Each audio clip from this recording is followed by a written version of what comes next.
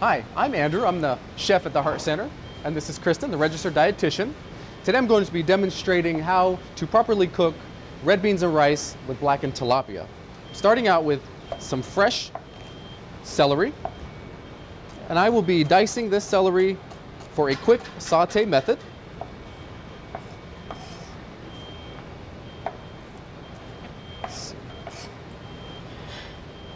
The best thing about fresh vegetables is that they have such a good impact on your body. They are very easy to digest and so easy to cook. So now that I have my fresh vegetables chopped up, I'm going to be adding some extra virgin olive oil right into my hot saute pan. And for this particular dish, all you need is probably about a teaspoon and a half. And once my oil heats up, I'll be adding my fresh vegetables, celery, onions, and some bell pepper. We love the olive oil because it's a heart-healthy fat. It's very protective of the heart, and it's good for cholesterol. Now I'm going to be adding my rice. Now typically at home you feel like you want to add white rice, which is the easiest rice to use, but I really would like you to focus on how you can ingest the best product for you. And here I have some brown rice, which is what we use here at the Heart Center. This is uncooked.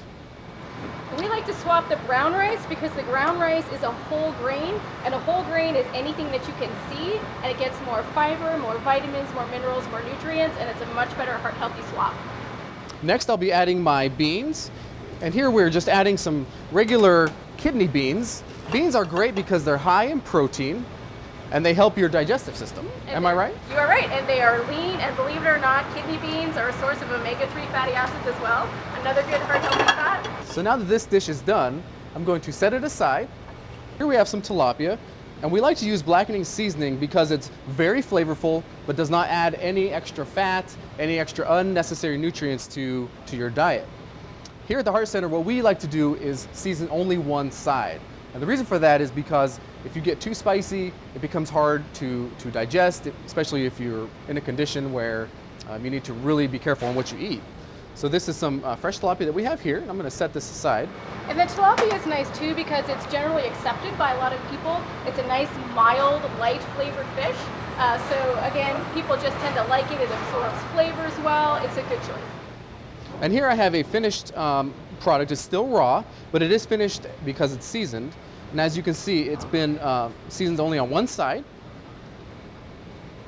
And then next, I'm going to be adding this to my hot saute pan. And once again, I'm going to be using olive oil. Just a very little bit will get the job done. And it helps to use a non-stick skillet. So face down and seasoning, I'm going to add this to my hot saute pan and saute. This typically takes between 6 and 7 minutes. Okay, now that our tilapia has been finished and flipped once, because you only want to flip your protein one time, I have added our rice back to the hot stove, and now comes the best part, putting the food on the plate. All right, here we go. It's good and hot. It sounds as good as it looks. I hear you. Sizzling in that pan. That's my favorite sound in the world, Kristen.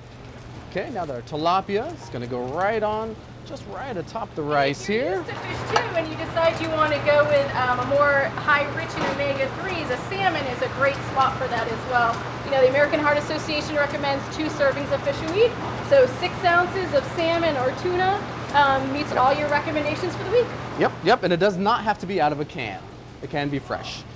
Would you like to try the dish with me? All right. I got a fork for you right here. Thank you. Ladies first. Oh, it smells amazing. Yes, it does. I cannot wait.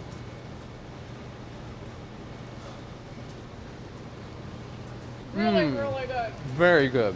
Very good. And good for you. And good for you. Excellent. Excellent. Excellent.